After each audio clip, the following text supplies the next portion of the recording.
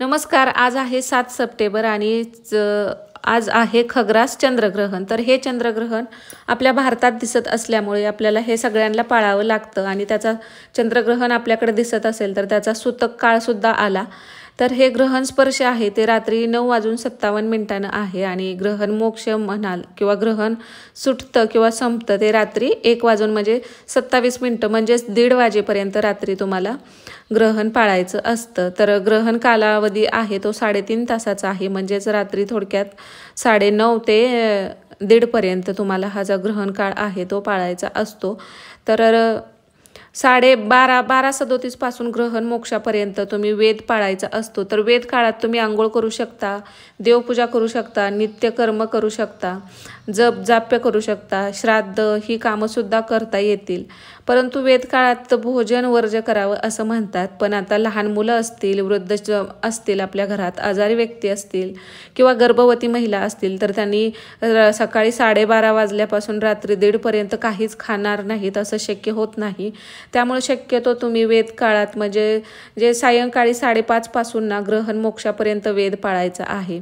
ज्या गर्भवती महिलांनाच आपल्याकडे जास्त काळजी घ्यावी लागते आणि जास्त आता आपण इतर स्त्रिया किंवा इतर लोक आहेत ती एवढं जास्त पाळलं नाही तरी चालेल, पण गर्भवती स्त्रियांनी मात्र हा जो वेद काळ असतो किंवा ग्रहण स्पर्श काळ असतो तो पाळायचा असतो. पण 5:15 पासून वेद पाळला जातो आणि त्या काळात तुम्हाला 5:15च्या अगोदर तुम्ही जेवण करून घेऊ शकता आणि 5:15 नंतर जे वेद सुरू होतो आणि ग्रहण स्पर्श आहे तो 9:57 आहे. तर तिथून पुढं थोडंसं कडक पाळलं तरी चालतं. तोपर्यंत तुम्ही आधीमध्ये तहान लागली तर पाणी पिऊ शकता.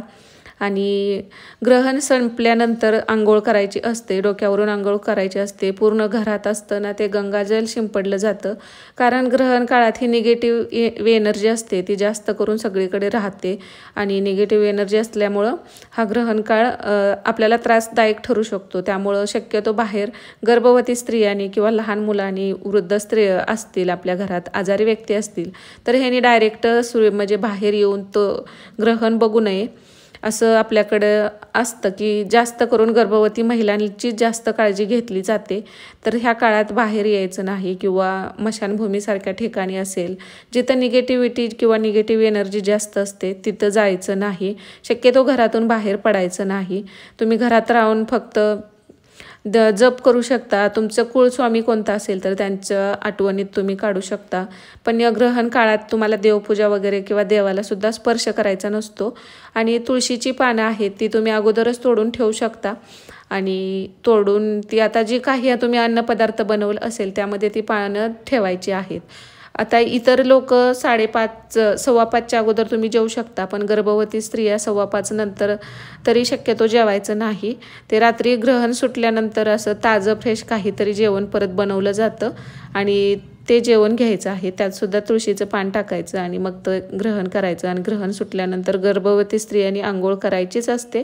इतरांना नाही जमलं तर मग नुसतं गंगाजल असतं ते तुम्ही अंगावरती स्वतःच्या शिंपडू शकता, इतर सगळीकडे शिंपडू शकता. आणि आपण कसं ग्रहण काळात फरशी वगैरे म्हणजे एक प्रकारचं सुतक पाळतो आणि सुतकात जशी जी कामे आपण करतो बघा, सुतक म्हणजे देव पूर्ण धुवायचं आणि देवाचं वस्त्र बदलायचं, नवीन वस्त्र टाकायचं, त्याचबरोबर सगळीकडे गोमूत्र टाकायचं, गंगाजल टाकायचं, फरशी वगैरे पुसून घ्यायची, गॅस पुसून घ्यायचा, सगळं स्वच्छ करायचं आणि मगच जेवण बनवलं जातं. कारण ह्या काळात निगेटिव्हिटी जास्त प्रमाणात असते, त्यामुळे हे कार्य करायचं असतं. आता बऱ्याच जणांना बरेच प्रश्न पडतात की ह्या काळात म्हणजे आपण जेवण कधी करायचं आहे किंवा ह्या ग्रहण काळात काय करू नये असं. आता शक्यतो करून गर्भवती महिला आहेत त्यांनाच हे जास्त प्रश्न पडलेले असतात. पण शक्यतो श्रद्धा असावी, पण इतकी पण अंधश्रद्धा नको. कारण बऱ्याच ठिकाणी हे ज्या गर्भवती महिला आहेत त्यांनी ना प्रयोग करून सुद्धा पाहिलेलं आहेत की प्रेग्नेंट असताना ते चंद्रग्रहण पाहिलेलं आहे आणि ते पाहिल्यानंतर सुद्धा बाळाला वगैरे काहीच झालं नव्हतं. पण आपल्याला काय अशी एवढी परीक्षा द्यायची नाही, फक्त श्रद्धा ठेवून तुम्हाला जेवढं शक्य आहे तेवढं करू शकता. जसं की विळीनं कापणं, चिरणं, भाजी कट करणं, अशा गोष्टी म्हणजे काय करायच्या नाहीत. तुम्हाला फक्त शांत बसून राहायचं आहे आणि पाणी वगैरे पिलं तरी चालतं. फक्त जेवण वगैरे ह्या काळात टाळायचं आहे. अशा छोट्या मोठ्या थोड्याशा गोष्टी तुम्ही पाळू शकता. आणि जे शिवायचं किंवा कटिंगचं असतं त्या गोष्टी फक्त कटाक्षाने तुम्ही पाळल्या तरी चालतं, कारण आपण एवढी मोठी रिस्क नाही घेऊ शकत. गर्भवती स्त्रिया थोडंसं काळजी करून किंवा काळजी घेऊन राहिलेलं बरं असतं.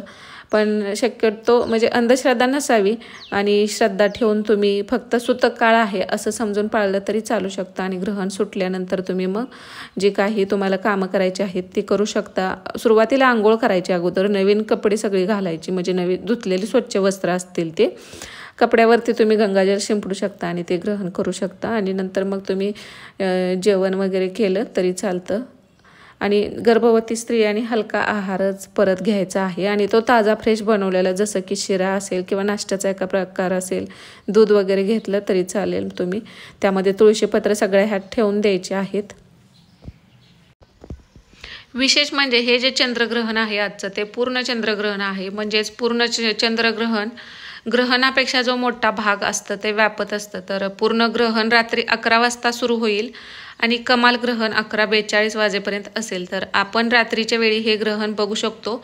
म्हणजे ज्या गर्भवती स्त्रिया, लहान मुलं आणि आजारी व्यक्ती सोडून चंद्रग्रहणाच्या वेळी रात्री काही काळोखा पसरण्याची दाट शक्यता असते. तर हे चंद्रग्रहण फक्त भारतातच नाही तर इतर देशात सुद्धा दिसणार आहे. आणि चंद्र हा पृथ्वी आणि सूर्याच्या मध्ये येतो आणि पृथ्वीची सावली चंद्रावर पडते तेव्हा चंद्रग्रहण होते. मात्र धार्मिक गोष्टीमध्ये ग्रहणाला महत्त्व आहे आणि त्याचसोबत बघा, तर चंद्रग्रहण आहे ते सगळ्याच राशींना किंवा सगळ्याच लोकांना अशुभ असतं असं नाही, तर शुभ फळ पण देतं. तर मेष राशी, वृषभ, कन्या आणि धनु ह्या ज्या 4 राशी आहेत त्यांच्यासाठी हे चंद्रग्रहण शुभ आहे, यावेळेचं आहे ते. आणि थोडंसं मिश्र फळ देतं, त्या म्हणजे मिथुन, सिंह, तूळ आणि मकर ह्या राशींना थोडंसं ठीक आहे. आणि सगळ्यात अनिष्ट फळ आहे ते म्हणजे कर्क, वृश्चिक, कुंभ आणि मीन. तर ह्या राशींना अनिष्ट फळ असल्यामुळे त्यांनी आणि गर्भवती स्त्रियांनी हे ग्रहण बघायचं नाही किंवा पाळायचं आहे. सूतक काळ असेल तर ह्या 4 राशीने आणि त्यासोबत गर्भवती स्त्रियांनी मात्र आपल्याकडे अजिबात ग्रहण बघितलं जात नाही किंवा ग्रहणाच्या काळात घरातून बाहेर पडत नाहीत. आणि ह्या ज्या 4 राशी आहेत त्यांनी सुद्धा हे ग्रहण बघायचं नाही. तर एवढ्या गोष्टी पाळल्या तरी भरपूर होतं. आणि ग्रहण संपल्यानंतर मात्र स्वच्छ आंघोळ करायची आहे, कारण ज्या राशींना शुभ नाही त्यांनी तर आंघोळ करायची आहे. गर्भवती स्त्रियांनी सुद्धा डोक्यावरून केस धुवायचे आहेत, आंघोळ करायची, दुसरी नवीन कपडे वस्त्र परिधान करायचं आहे. मग ताजं फ्रेश बनवलेलं अन्न खायचं आहे. अगोदर बनवून ठेवलेलं सुद्धा या काळात खाऊ नये. तुळशीपत्र असलं तरी ठीक आहे, पण शक्यतो नवीन ताजं अन्न बनवून खाण्याचा प्रयत्न करायचा आहे. तर अशा पद्धतीनं हे जे ग्रहण आहे आपल्याकडे दिसत आहे. आणि ह्या लोकांनी एवढी थोडीफार काळजी घेतली तरी एवढं काय ग्रहण पूर्णपणे वाईट नसतं. तर व्हिडिओ आवडला असेल तर लाईक करा. चॅनलवरती नवीन असाल तर सबस्क्राईब करायला विसरू नका. श्री स्वामी समर्थ.